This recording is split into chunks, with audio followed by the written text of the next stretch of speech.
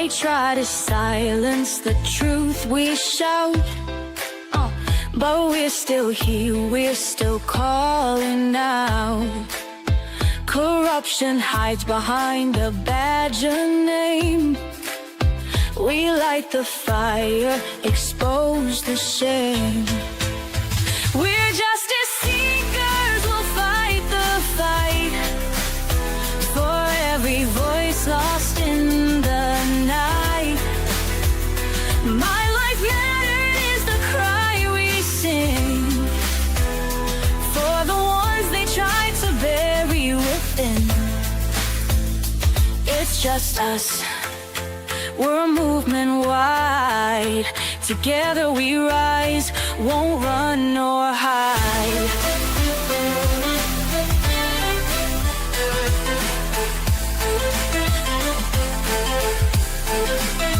The stories echo, the pain runs deep.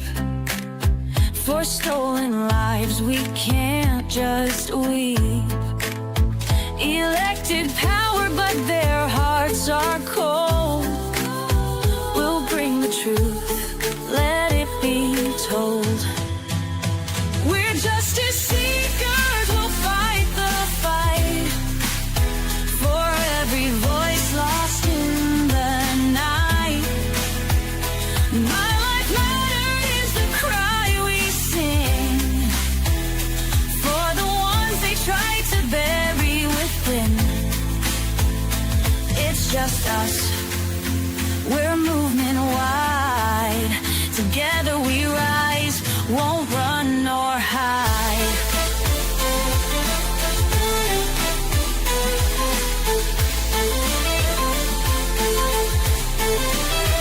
We're justice seekers, we'll fight the fight. The heroes undo the harm, calling out corruption. We'll stand tall for justice and truth. We'll risk it all. My life matters is the cry we sing. Together we rise, let freedom ring.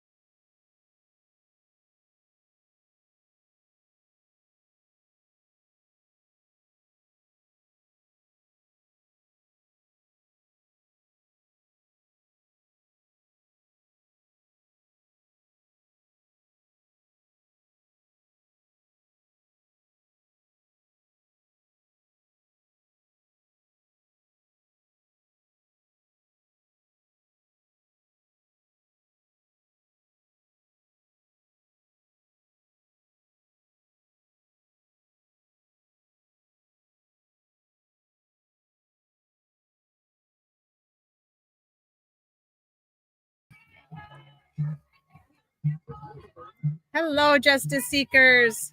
Welcome to another episode of Friday Night Lies. I am your host, Catherine Felton Page, and tonight I am Poison Ivy. So if you have any issues with your plants, please bring them to me. I love helping people with their poisonous plants. I hope you're all having whatever it is you love to do about Halloween. If you don't celebrate it, I completely understand. If you do celebrate it, it sure is a heck of a lot of fun. My neighbors across the street are playing a little music for us. I'm sure we'll get a little strike if YouTube picks it up and recognizes it. They're playing Cyndi Lauper right now. Girls Just Want to Have Fun. So I thought we'd be done with trick-or-treaters at 9, and there's more coming now. Welcome, welcome. Happy Halloween. Hello. Oh my goodness. Very scary. Very scary. Here, you choose whatever. This is chocolate candy bars. Help yourselves. Oh, what you guys? Yes. I'm in a live stream right now. So you are all part of my Halloween live stream. It's a boy. His name is Tanner. What is the thing? Now I live stream about homicides, unsolved homicides. My channel is called Friday Night Lies. We talk about all the lies. I am doing several right now. I'm doing cases in Massachusetts, Colorado, Florida. I'm looking for a missing girl named Sarah Ebersol. Oh wow! Yes, look her up online. She's been missing for 2 years. We're all fighting to help find her, get justice for her. Yes, I am on YouTube. My channel is I1060. Thank you. Your mom watches me? Yes. Oh You my get goodness, I'm so honored. Thank you so much. Friday Night Live, It's right? called Friday Night Lies, not lights like the football. Okay. Friday Night Lies, and I am called Social Change Warriors. That is Okay. my channel. Thank you so much. We stand for justice. We stand for justice for all. Thank you, everyone. Happy Halloween. I love your costumes. You are. You can go. It'll be on recording later. You'll hear yourselves. Oh, that's so cool. You can come show your costume if you want. Pull your dragon down. Yeah, I don't want you to do it, but you pull your dragon down, then they wouldn't see your face. I think you're good. We don't want to have any issues. Yeah. Good night. Good night. Thank you. Happy Halloween and happy Hanukkah coming up. Absolutely. Well, this is great. We are on about, I think, Justice Seekers, we are at about 50 trick-or-treaters now. My street is insane. All the parents dress up. They all trick-or-treat with their kids. My neighbors have bonfires, ginormous Halloween decorations. Everybody sits out in their yards with tables with candy. It's just the coolest thing ever. And it is October 31st. It is my last night in this neighborhood. I am moving out into the Ocala National Forest for a while, which will be quite interesting and beautiful, but I will miss my lovely neighborhood with everybody decorates for Christmas. I'm crazy. I decorate for all the holidays. So I'm called the Holiday House. That's what everybody calls me here. So I know they're going to miss me. And of course, they're going to miss my plantology and everything I've done to help this neighborhood with beautification and the end of poison. So welcome every night. Hello, MCAT. This is so Florida. Too cold to see outside. Yes, it is. But it was only 68 degrees here today, MCAT. It was a tad chilly. So I did have to wear sweatpants and a sweatshirt. Don't make fun of me. I am somewhat Floridianized now. But I usually our trick-or-treating here ends about 9 sharp. So hello. Happy Halloween. Greetings. How are y'all tonight? Are you having a good time? If you have any plants that need to be not have any poison in them, I am your girl. I am a plantologist, doctor of plantology. Now I'm handing out chocolate, and these kids totally took all my candy, but I'm going to lift up this hidden secret laptop here, and under this hidden secret laptop, I saved candy for those that were coming after 9 o'clock. Look at that. Have as many as you'd like. I have my laptop propped on my candy, and the other kids clean me out from my 2 bags of chocolates, but I have hidden candy for latecomers. Help yourself too. Hello. If you have any plants that need to be depoisoned, I am your girl. I am a doctor of plantology, and I love to, as my name says, poison ivy lists the plants. Nice. I'm really, truly harmless. Chocolate for the mothers, aren't I, ladies and gentlemen? Good night. Thank you. Now, Tanner has now reached something of epic proportions. He's just chewing on the empty bag. Thank goodness. Let me make sure there's no chocolate in there. We do not want to be rushing to the emergency vet tonight. All right, no chocolate, chew away, Tanner. So, how are you all doing tonight? So tonight's episode is really fun for me because I love Halloween and I always get a kick out of it. A couple years ago, I dressed up like Corella DeVille and my sister dressed up like my Dalmatian. And I wanted to do the Dalmatian so bad, but she wanted to do it way worse than me. And my plants are starting to falter. This cold Florida weather, it's only 63.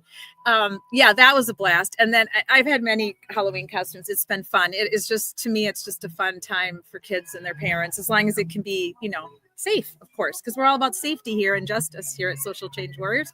So I am glad to be back. And tonight's episode is just for fun. I moved all day today. I'm actually quite ready to hit it, the bed, but I really wanted to be with y'all tonight for a little bit and chat a little bit about what has been going on with the different cases we've been following. A lot of frustration, I think, for a lot of people that have been following Suzanne Morphew and Suzanne Clark Simpson, Sandra Birchmore, our ladies who were unalived by the hands of someone else. And let us not forget dear Ellen Greenberg. I was fortunate enough to be on with Miss Demeanor. I love that name, Miss Demeanor. Great. Janet, wonderful woman. She invited me back and we went over the 911 call. And I've listened to Ellen Greenberg's 911 call more times than I can count, hundreds maybe by now, because I've listened to it so carefully. Every word he says, every syllable, every vowel that comes out of his vile mouth, in my opinion, allegedly. And I noticed something this time, guys, that I didn't notice last time. And I wrote it to Joel, Surviving the Survivor, and to Gavin Fish, because they have covered this case way before I ever did. I followed along with them, but I just started live streaming, a year ago. So I wanted to ask if anyone else had noticed this, and I don't know that anyone did, but Joel wrote back and said, great observation. So thank you, Joel, if you are watching us at all or on the replay. So my observation, guys, was the 911 call was very telling. Most of them are, when it comes to the actual perpetrator being the one to make it. And that has happened in other cases. It's very unusual that the perpetrator actually is the one that calls 911, but it has happened. And dissecting Sam's voice and his intonations and his inflections, and it's mind-boggling. And so I was on with Miss Demeanor. You can go look that up in her library. And then, of course, I've done many live streams about Ellen Greenberg. The 911 call is in there, but I think we will do our own 911 call again in the next couple of weeks, because tonight is the last night of October. Happy Halloween again. And it is the end of Domestic Violence Awareness Month. And due to me having food poisoning a few weeks ago, not because I'm a plantologist and I'm an amazing doctor, but because I got food poisoning, I didn't get to do my Ellen, Suzanne Clark Simpson, and Suzanne Morphew and Sandra Birchmore, our four ladies who were all unalived by the hands of their husbands, fiancés, or boyfriends, and Ashley Elkins. I wanted to do something in their honor, and I didn't get a chance to do that. So next week, I am going to do a live stream on Wednesday night just for those ladies, our victims of domestic violence, since Domestic Violence Month just ended. And so we will replay again the 911 call, because it's just so telling. And what I realized, and I never picked it up before today, before I was on Misdemeanor and we listened to it again, was Sam says something about Ellen has a gash on her head. And all of a sudden I went, wait a minute, what? This is a guy who didn't even want to touch the body of his supposed fiance, someone he was about to marry in 6 months, didn't want to do CPR on her, didn't want to do any of that. But he figured out she had a gash on her head. Now, let's remember that gash was back here. She was leaning up against the cupboard and she had beautiful, thick, dark hair. There's no way he saw that gash. And this is something else that's interesting. People have been coming out of the woodwork the last 2 weeks, taking now what I call the anti-Ellen side. They're taking Sam's side of the story, which they're allowed to do. Everyone's allowed to have an opinion. And this one woman was going back and forth with me this week. I think it was a woman. I'm not sure, because you don't know in the Twitter X world. Everybody has fake names, fake everything. And I understand a lot of people don't want their real identity out there when they're on Twitter X. As long as they're not doing nefarious, mean things, that's okay. But when you are on Twitter X and you don't have your real picture or your real name, and you're being an absolute a-hole, and you're being mean and harassing people and being nasty, that's really a coward, right?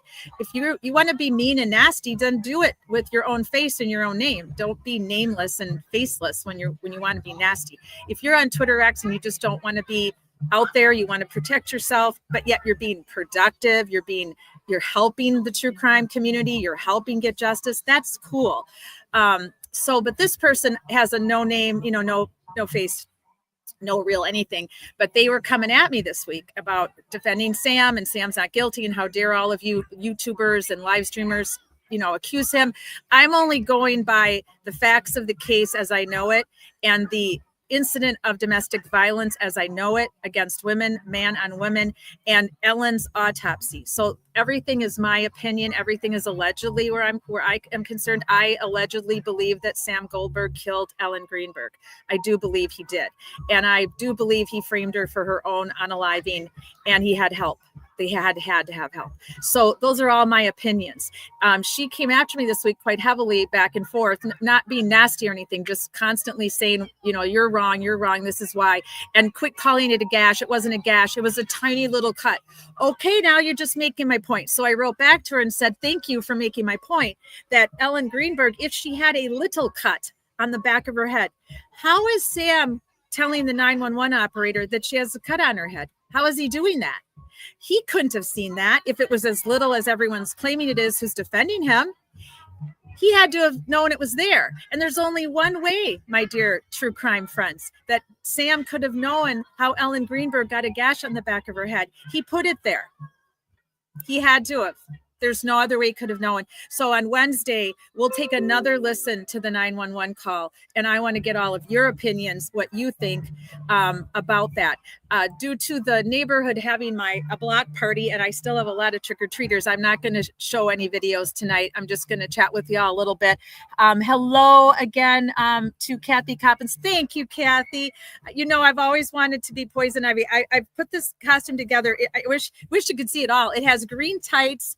And it has this, I had already had a green blouse that was perfect. It has green tights. And of course, the makeup took me like a half an hour, but it was so worth it. And I have these beautiful gloves that the doctor just loves to wear. She loves to wear these beautiful green gloves. And Dr. Turtleboy, you're not the only doctor now live streaming. I am a doctor. I am a plantologist and a botanist, and I love my plants so dearly. And MCAT too, thank you for coming tonight live with me. Appreciate it. And I know there's a bunch of you out there who don't chat with us much in our friend zone, but you're always welcome, and we love having you. And thank you, Replay. I really appreciate you. So that's my take on Ellen Greenberg. I'm so pissed about it. I cannot believe that this new medical examiner is actually going to stand with the unaliving of herself after everything that's happened. I mean, Dr. Osborne ruled her death a homicide way within days of the autopsy. And then suspiciously in March, or the end of March, early April, he decided that he was wrong. Things have come up. The police told me they really believe it was an unaliving of herself. Since when did the police get to actually tell a medical examiner what the medical facts are? They never do. That's not the job of the police. And the police in this case, the Philadelphia police, the police department, and wasn't Philadelphia, it was the suburb, Montauk. They didn't even conduct a proper investigation.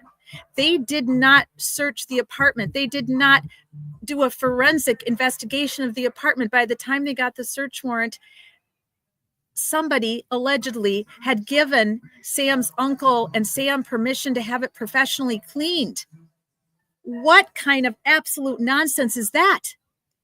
Who would want to do that? You would want justice for your loved one. You wouldn't want to assume that they unalived themselves like Sam did. He told the 911 operator that she must have fell on a knife, that he immediately wasn't even going there, that someone else could have done this to her, that it was a robbery or a break-in gone wrong, or that she had a stalker. Never once did that enter his mind that night on the 911 call. All he did was lean in hard that she either accidentally fell on a knife 23 times. At the time, we thought it was 20. Now we believe it's 23. I mean, really, Sam? You really expected the 911 operator and all of us afterwards listening back to that to buy that load of bull?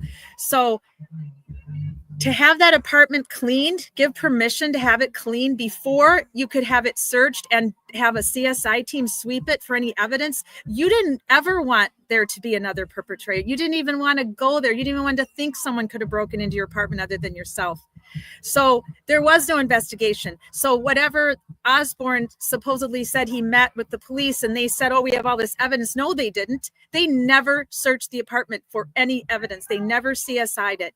It was a travesty from the beginning. So we will continue to fight for justice for Ellen Greenberg.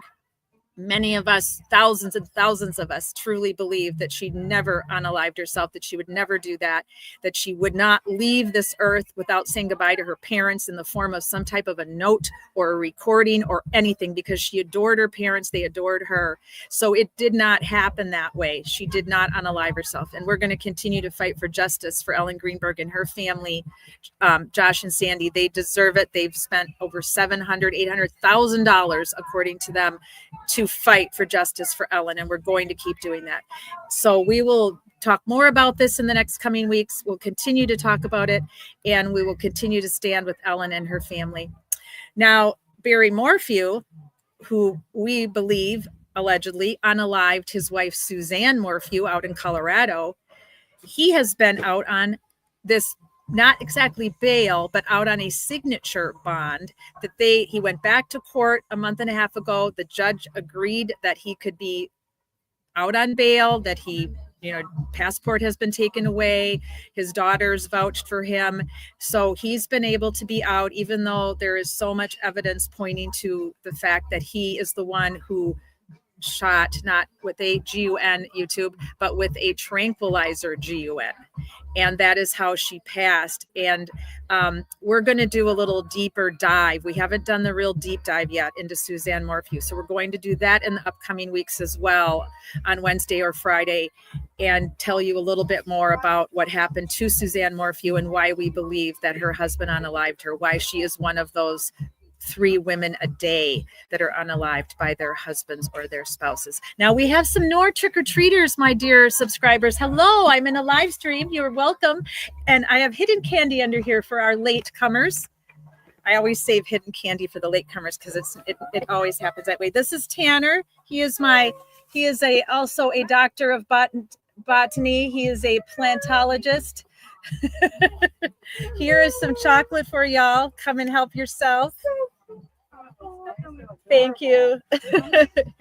I'll be right back with you, my dear audience. I have some lovely trick-or-treaters here. Oh my gosh, is that Pikachu, right? No.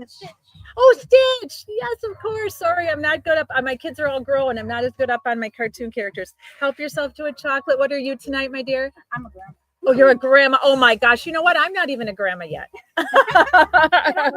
Mom, please have some chocolate. Oh, the chocolate was, the candy went earlier with all the little tiny kitty poos. The chocolates were for all the mommies and daddies trick-or-treating tonight. Oh, it's okay. He's a Mr. Friendly, fluffy boy. He won't hurt you. Please take one for her. No worries. No worries. He won't hurt you. Thank you all. Happy Halloween. See y'all again. Come on, Tanner. You stay with me. Tanner's had a blast tonight. He's met some other doggies. He has seen so many kids, so many trick-or-treaters. This neighborhood is insane. I think I'm up to over 80 now because I kept track by my candy. I know how much candy I bought, and I was allowing them earlier in the night to take 2, but now I'm letting earlier, but then I had to cut it down to only 1.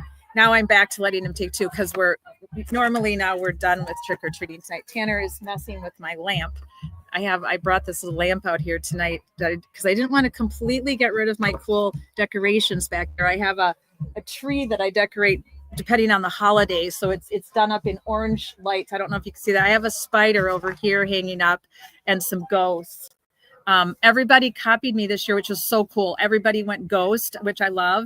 And it's been a blast as usual in this great neighborhood with so many trick-or-treaters are actually driven into our neighborhood because we give out great candy and we all have decorations and all the parents dress up. It's been a blast. It's been fun. All right, getting back to our people that we're standing for, that we're advocating for with everyone else in America that believes. We will do a deeper dive on Suzanne Morphew coming up in the next 2 weeks. Barry has just so much evidence that appears to be not in his favor. So there just really doesn't appear to be any other suspects. That's the key, and that's the same with Ellen Greenberg. There really are no other suspects, and it's sad that these ladies are. Come here, Tanner. Quit messing with my cords. He's trying to lay underneath my chair, so he keeps messing with my cords.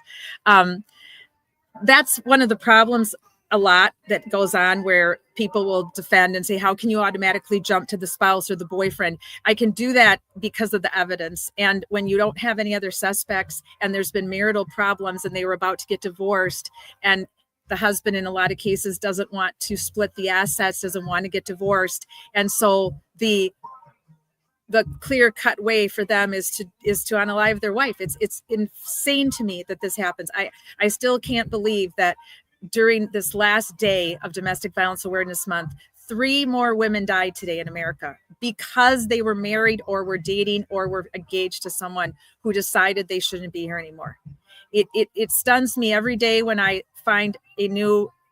It's hard sometimes to find out who these ladies are, because unless it's a case that makes national news and that gets down to us, we don't know. There's 3 ladies a day that are passing away that we will never know about. All we can do is say, please rest in peace. We know you're telling us my life mattered, and if we find out about you, we will advocate for you. But it's very hard to get media to cover, because we're dealing with 3 women a day being unalived by their husband, spouse, or boyfriend. It's atrocious. It's atrocious. And we have to do better. We have to do more education about domestic violence can be prevented. Many crimes cannot. Many crimes of passion, many crimes that have to do with crimes against children, and they can't be prevented because the person is evil to the core, and there is no therapy for that. But there is proven therapy for men who lose their tempers, for men that go down a dark road and end up unaliving their wives. There is therapy for that can prevent it. Most of these women that are unalived, their deaths could have been prevented had somebody in the family or close to the husband or close to the family had recognized it and got this man into counseling. And I talk about man on woman because it is the biggest incidence of death for women is to be unalived by the hands of someone they know in their family. And then the next biggest is by their spouse, their fiance, their boyfriend. So man on woman domestic violence, it's very, very low. It's there. It happens. I don't discount it. I feel terrible for the victims, for the male victims who have been unalived by their wives or their girlfriends or their fiancés. That's just not my specialty. It's not what I became an expert in all those years ago and have continued to stay in this field. I covered the man on the woman violence. So Sandra Birchmore, finally, there is now an indictment on Matthew Farwell for the unaliving of Sandra's baby. Rest in peace, Sandra and little baby. You never should have happened. Someone should have come forward. Someone should have seen what was going on. How in the world, all those years in Stoughton, Massachusetts, did these I'm not calling them gentlemen. I'm not calling them. They're monsters. They're monsters. Matthew Farwell, his twin brother William Farwell, who lives out west somewhere now. He emigrated from the state of Massachusetts, and Robert Devine, who's been going through his decertification. There is no doubt. There is so much proof and so much evidence what they did with Sandra having her diary and with all the evidence that has come out, the grooming of her from the time she was young. There has to be more victims. It can't just be Sandra Birchmore. That doesn't make any sense to me. So I do believe that there will possibly be more people coming out, telling their story, a horrific story of what happened to them. But it's hard to know because people are afraid. I mean, you're dealing with the police committing these crimes, not a citizen, but an actual police officer right under the noses of all of the rest of the Canton Police Department and the chief of police of Canton for years and years.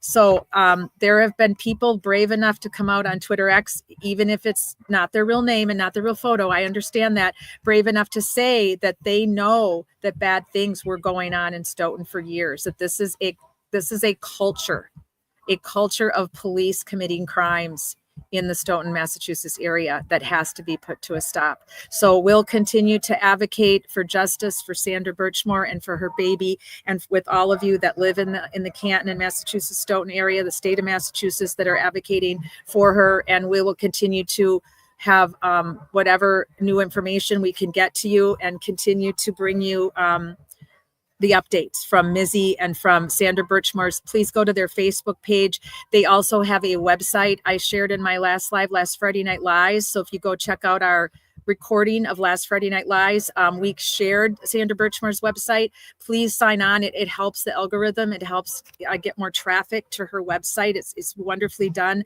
by, I don't know if Barbara, her cousin, did it, or if Mizzy did it, or if it was a collaboration of others who are techie that are part of the Sandra Birchmore justice movement. And they did a wonderful job. So I'll continue to share that website on my Twitter X account and on my Facebook account. And we will continue to talk about Sandra Birchmore, justice for her. And my question that I had this week is, people were talking again, obviously, about it because of this indictment, is that when is Massachusetts going to step up and charge him? What do you all think they're waiting for? I mean, come on, right? I mean, the feds have charged him, that he's been arrested. He's been in jail for a year. And why isn't the state of Massachusetts charging him? Now, typically when this happens, and when a case goes fed and they charge, then typically the state follows. And then that person gets not only federal charges, but they get state charges. Now, again, you can only be in jail for so long till you die. So it's more of a, the adding on of the years isn't going to matter, but it's the point of it is that this crime happened in the state of Massachusetts, in Stoughton and Canton, Massachusetts, and the surrounding areas, wherever he was doing this grooming. And they need to charge him as well.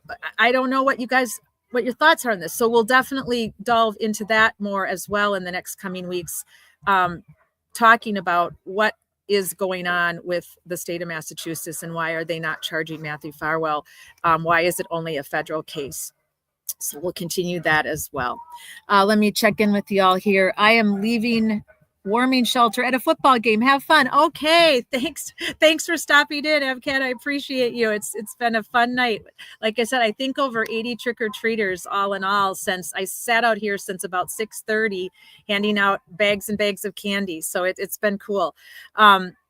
So we have continued in the Free Karen Read movement in the realm of getting justice for John O'Keefe. Last Friday night, we talked about how is that going to look going forward. And it has to continue. The standouts should continue.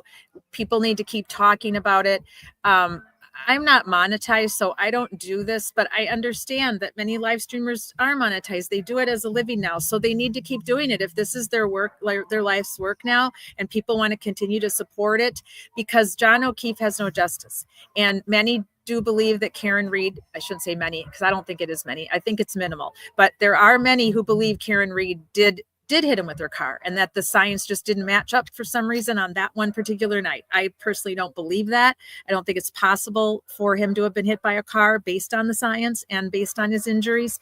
So I believe we have to keep advocating for justice for John O'Keefe.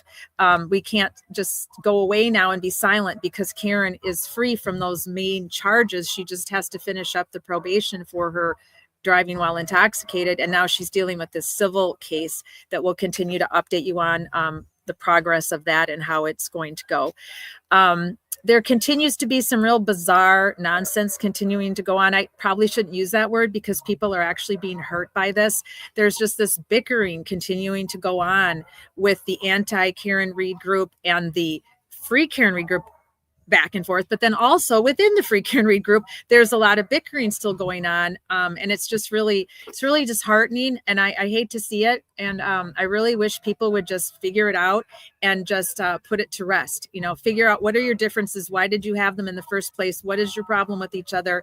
And stop the nonsense. It's just been overwhelming. And I think from what I'm getting the read on when I'm on Twitter X and when I'm on Facebook is people want to spend time getting justice. People want to figure out how are we going to get justice for victims who have no justice. Their families are heartsick. They don't have court cases.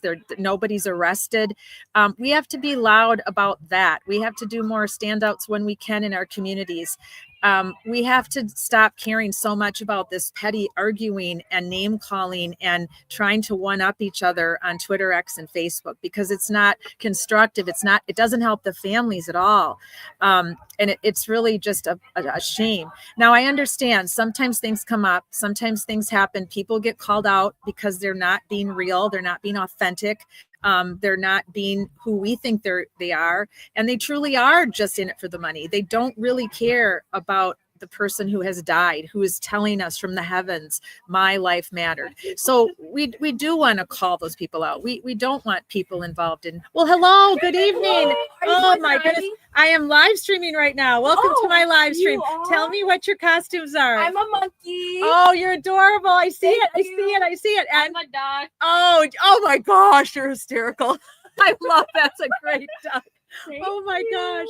Well, I have hidden candy because all the little tiny rugrats have taken up all of my candy. So I saved candy for you older kids that tend to come out later at night. So there are some candy bars for you.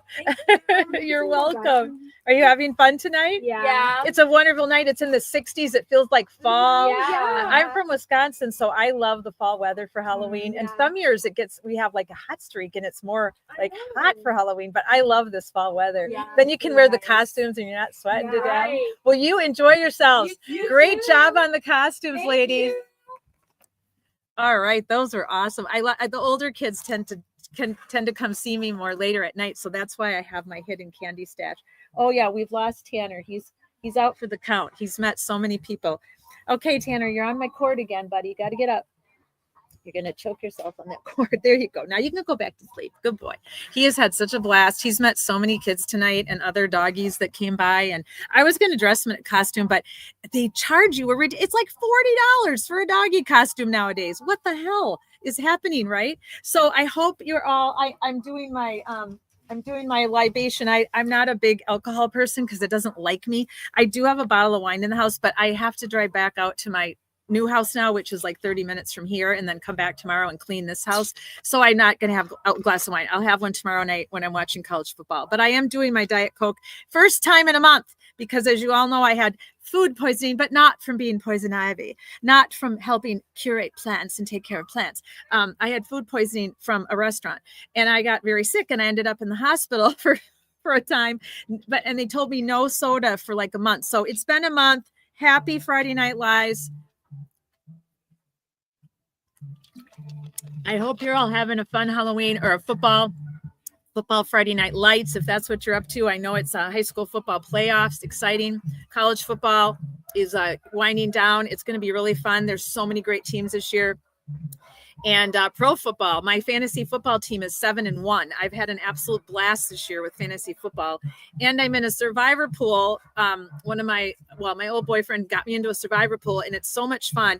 And I'm in the last 18 out of 110 slots. There's 18 of us left, so I'm crossing my fingers I can get away with another win this week, because that would be fun to keep doing it. If not, so be it. I've had a good run. I've enjoyed it immensely. But I'm such a football geek, and I love playing fantasy football and doing survivor pool. It's just a blast. It makes watching all the pros so much more fun.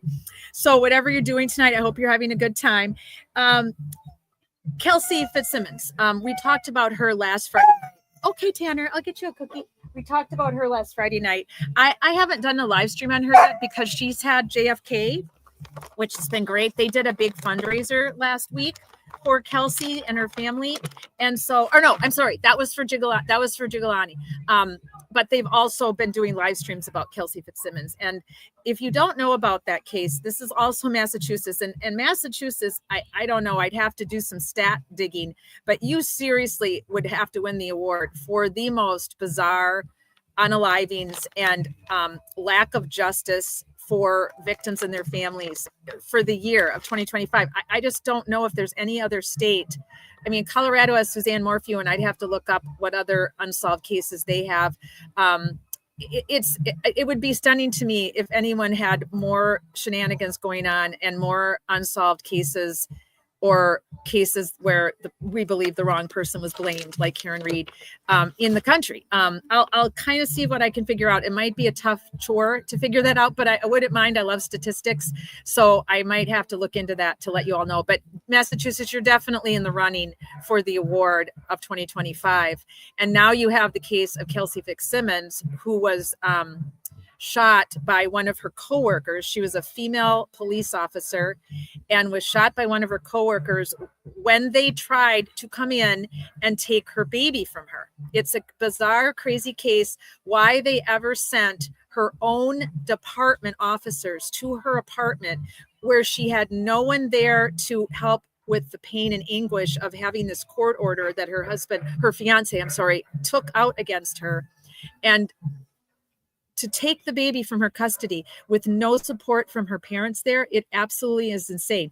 So I haven't done a live stream about her yet, because so many in Massachusetts have been doing that. But I would like to do that because I was also a female police officer. I'm also a mother, and I understand what postpartum depression is. I had it for a short time after my second child, but didn't know till years later that that's what I had because it wasn't talked about. And it's still a very underrated problem that many women have, and it's very serious. It's hormonal, it's medical. It can lead to severe depression. It can lead to suicide ideations. Sorry, on Aliving YouTube.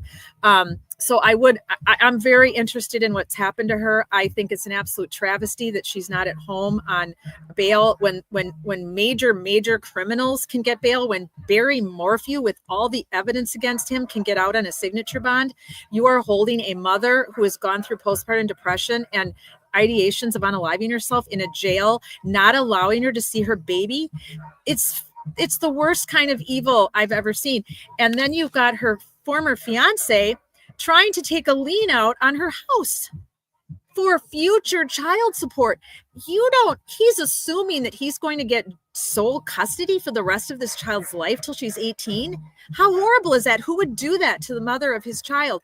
This case has so many ins and outs and weaves and curves. And so I am going to dedicate, in fact, next Friday Night Lies, let's do an hour on Kelsey Fitzsimmons. I want to do that. I want to do that for her. I think what's going on, she should be able to see her baby. The baby is not going to remember being brought to a jail. It's going to have no clue. It's only less than a year old.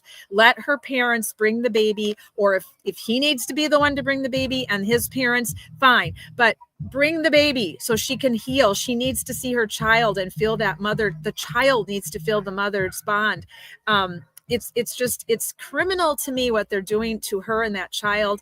And there's no reason for any of it to have ever happened in the first place, that it should have never happened. If he was able to somehow get a court order against a mother with postpartum depression, then it should have been done in a family court where her parents could have been there with her. And there should have been some visitation rights for her still to go on, supervised if they need be, if they considered her a threat to herself or others. But she should have been able to have supervised visitation of this baby. The way they've treated her the last 6 months is to me just mind-boggling. So let's plan on next Friday Night Lies. Let's do a good hour about the Kelsey Fitzsimmons case so I can get more up to speed on it, and all of you can if you haven't already. And then whatever else that we need to update on from the last 2 weeks, because tonight is more of a fun little Halloween party. We'll catch up on things. I know that we haven't really talked much about Michael Proctor and all the emails.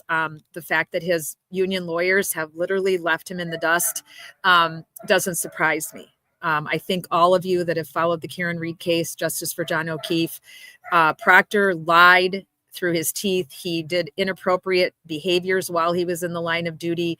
And yes, it does matter what you do in your private life. When you are a politician, when you are a police officer, when you are a first responder, you are an example to people. So what you do in your private life does matter, whether you like it or not. You don't get to just go out and be a cop or a firefighter or a nurse or a surgeon or a teacher and then go home and be a racist, misogynistic POS. No, it doesn't work that way. So he needs to have never been a cop in the first place. He got through the screening because he's a good actor. A lot of these guys, the Matthew Farwells, the William Farwells, the Robert Devines in Massachusetts, they got through your screening. So obviously screening has to be stricter somehow or another. But if you've got POSs doing the screening because your whole department stinks and is dirty and has been for years and years and years, and it's the culture of the police in your community, then you got a bigger problem. And where that comes from is the oversight committees have to come in. People that aren't connected to your community have to come in and take a really hard look with a microphone to tell everybody, and a microscope to weed out the dirt and the crime in your communities, because otherwise it's never going away. You guys got to meet Ed Byers if you were living with me back when I first started last fall. Ed Byers was a police officer, law enforcement officer in the state of Indiana. And he found out about the sheriff there, Jamie Knowles, and all the white collar crime and corruption that Jamie Knowles had been involved in for years. And people below him and above him knew about his crimes. So he was insulated. He was insulated from underneath and on the top. And that's the worst kind. That's the kind that can go on and on and on, because he got people doing his dirty work underneath him and people doing the dirty work above him. So he felt indefensible, like that nothing could ever happen to him because he was so insulated. But Ed continued to work with a few others. There weren't many that wanted to call out this corruption in Indiana, Clark County, Indiana, and they were able to get these charges brought against him, and he is serving time now. The sad part is that most of his crimes were past the statute of limitations, because they let it go on for so long. It was the culture of crime in Clark County, Indiana. So it can happen, though. You can weed it out. You can form a community. You can do what a lot of the Cantonites and the Stoughtonites and all of you in Massachusetts have been doing, is calling out your crime and corruption. You can do it. Call it out when you see it. See something, say something, right? And you can make a difference. Ed and his small group of people made a difference. And now Ed is running for sheriff, and he'll keep us posted on that. He's going to come back and live stream with us again very soon. And in Canton, you're going to your select board meetings, which is what you call it there. Most towns call them city council meetings or town hall meetings, but you've got all of those great individuals in Canton that many of us have met through various live streams. John has his live stream, John Camo, and Boozy Beauty, and they have the Sweeneys on a lot, and of course, Rita and Jen O'Donnell, and I miss it, Patrick Murphy, I believe. You have so many great residents of Canton and the Stoughton area that have stood out for this injustice that's gone on and against these crimes. And you should be all so proud of yourselves. And you're setting an example for other communities and other cities, just like Ed set an example in Indiana for his community there. They've been doing some things here in Volusia County, where I live.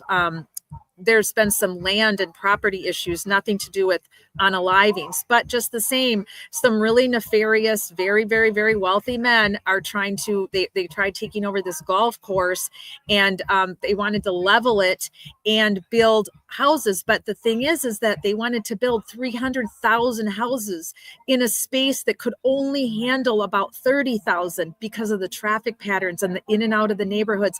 And it would have heavily impacted this whole neighborhood that is on this golf course, where these people bought their houses to live on a golf course. It would impact them with pollution from the cars, traffic jams, overpopulation of this small area just north of me.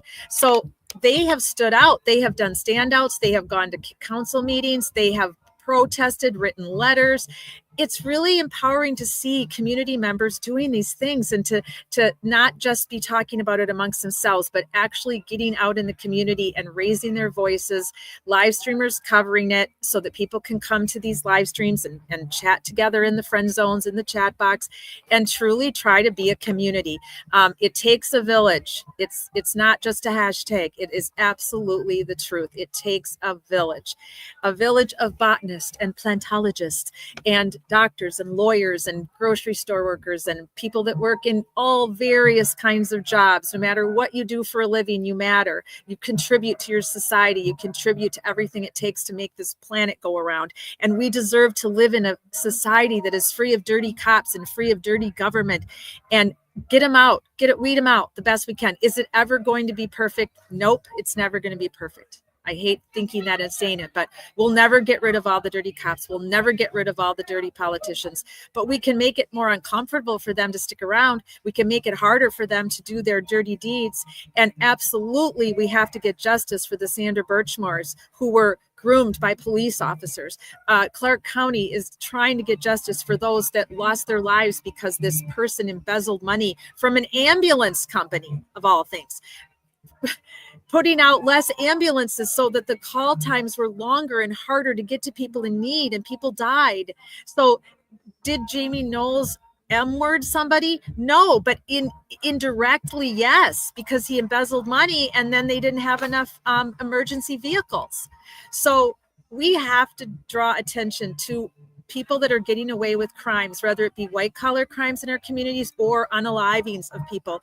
Ellen Greenberg's death has to count for something for everybody in the future in Philadelphia. We have to be able to show that there was more. This was more than just domestic violence. This was a very powerful, rich family covering up a horrific crime by one of their own.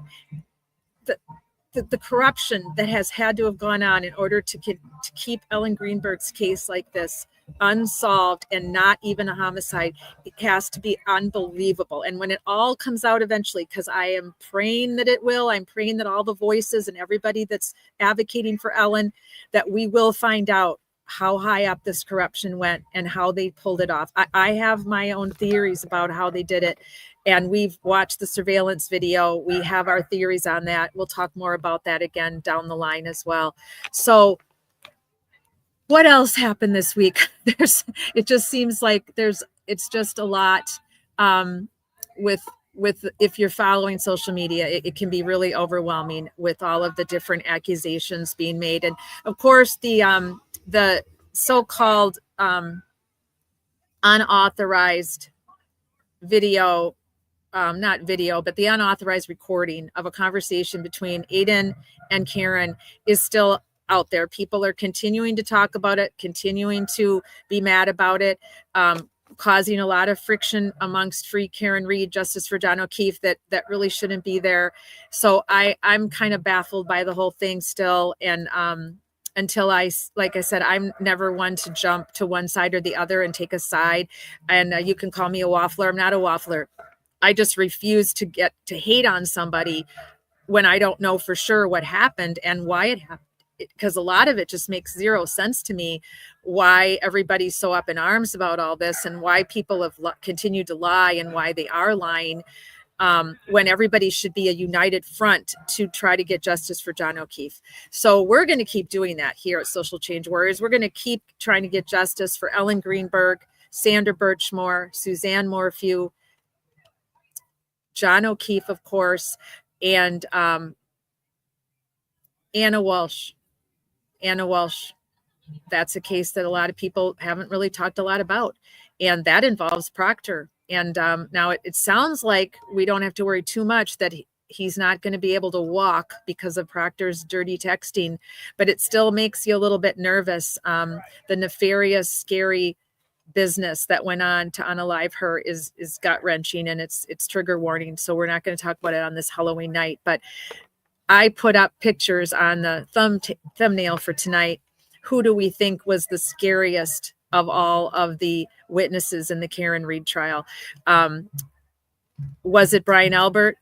Is he the scariest? Was it the face of Jen McCabe when she was outraged at the questions that were being asked of her on the stand? Was it the face of Carrie when she was kind of having to be honest and say, I inadvertently lied? She never admitted to lying. She just said she got the question mixed up and confused. So she didn't really lie. Her face during that was sort of scary, almost gothic looking. Is it the face of Brian Walsh, knowing what he must have done to poor Anna Walsh? They'll never find her. He made sure of that. And I'm very sad to say that that's what happened with Suzanne Clark Simpson. She is still missing. It's been a year. It was October 8th, I believe. I might have that date wrong, but we'll talk more about Suzanne next week as well. Suzanne Clark Simpson has never been found. I do believe that we won't find her. They won't find her. It sounds as if her husband dismembered her, which is what Anna Walsh's husband did. So here, 1 minute you're married, you have children, they both lived in very affluent, beautiful neighborhoods, living normal, what appeared to be normal lives. And the next minute, both women are missing and gone and presumed dead by the hands of their husband, who did something even worse that you can even imagine. I mean, it's worse and horrible to unalive your own spouse, but then to dismember them, to make it impossible for the family to ever find them and have a burial is an extra level of evil. And I do believe that's what Barry Morphew intended. I do believe he intended for Suzanne never to be found, because she was moved from her first place of rest to where he put her the second time, where she was accidentally found when they were looking for another missing woman in the Colorado area. He never expected that she would be found, and that way he figured he would not go get arrested because there was no body. Most of these men that unalive their wives and then choose to dismember them or bury them somewhere, they assume that's their ticket to freedom, that they've made it impossible for that person to ever be found, so they will not be arrested. Well, Brian Walsh, you're arrested. Brad Simpson, you're arrested. Barry Morphew, body was found, and then you were arrested for a second time. So not so great at planning those unalivings now, did you? So we're going to continue to advocate and stand for these women who have been unalived by the hands of their husbands, as well as Sandra Birchmore, unalived by the hands of her groomer and who she thought was a possible boyfriend. So in closing tonight, because it is getting cold out here, in closing our little Halloween party tonight and our time together, I am concerned about Matthew Farwell, William Farwell, the twin brother of Matthew Farwell. He was already arrested once for domestic violence. I'm sure there's been more nefarious behavior going on with him and his ex-wife. Well, I guess it's still his wife. She has not divorced him. And could he have been involved? Is it possible that William was involved in the death of Sandra Birchmore somehow? After all, it was his twin brother. And Robert Devine, we are finding out, and I learned about this through Mizzy, that there was a phone call placed by Robert Devine to Sandra Birchmore the day that she died. And is it possible that he was the biological father of her child? And was he involved? Does he know way more than anyone suspects or that they have evidence for? These are things I want to talk about more when we talk about Sandra Birchmore in the next coming weeks as well. So thank you to everybody who stopped in tonight to say hi on a Halloween night. Thank you to everyone who stood for domestic violence victims this month. This was Domestic Violence Awareness Month, the month of October, and it was also Breast Cancer Survivor Month. So Breast Cancer Awareness Month. I hope you ladies went and got your tatas checked to keep it all safe, to keep your body as safe as you possibly can. And we'll be back next Wednesday night and next Friday night, and we'll do some more deep dives into the cases that we have been advocating for. I also want to remind everyone that Sarah Ebersol is still missing. It's been over 2.5 years now. We have advocated for finding her and for getting any kind of movement in her case to arrest whoever unalived her, who kidnapped her that night and took her from her family. And there is still no movement in her case. So I just want to say how sorry I am to Michelle, her sister, and to all the family and friends of Sarah. And we will continue to advocate for you and continue to advocate that the person who took you from your family and that took you from this world is found, arrested, and goes to jail. So thank you tonight, everyone, for letting me have this little Halloween party with you. I really appreciated it. And we will have more deep dives into the victims that we're advocating for. And remember, they are up above now and they are at peace and they are telling us my life mattered. Good night, everyone. See you next week.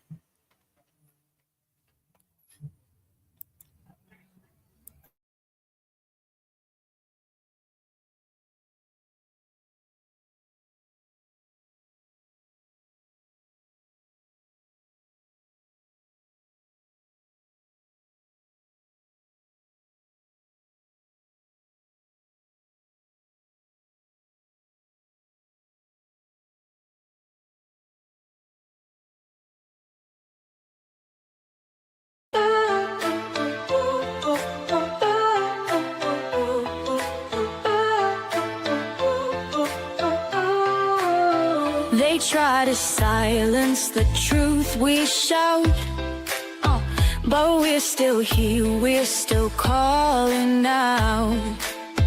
Corruption hides behind a badge of name. We light the fire, expose the shame. We're justice seekers, we'll fight the fight for every voice lost in the night. My life matters is the cry we sing for the ones they tried to bury within. It's just us, we're a movement wide. Together we rise, won't run nor hide.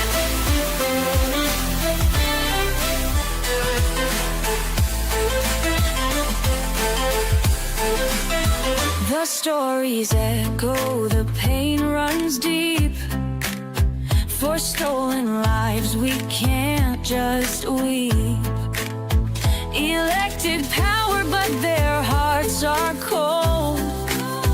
We'll bring the truth, let it be told. We're justice seekers, we'll fight the fight for every voice lost in the night. My life matters is the cry we sing for the ones they try to bury within. It's just us, we're a movement wide. Together we rise, won't run nor hide.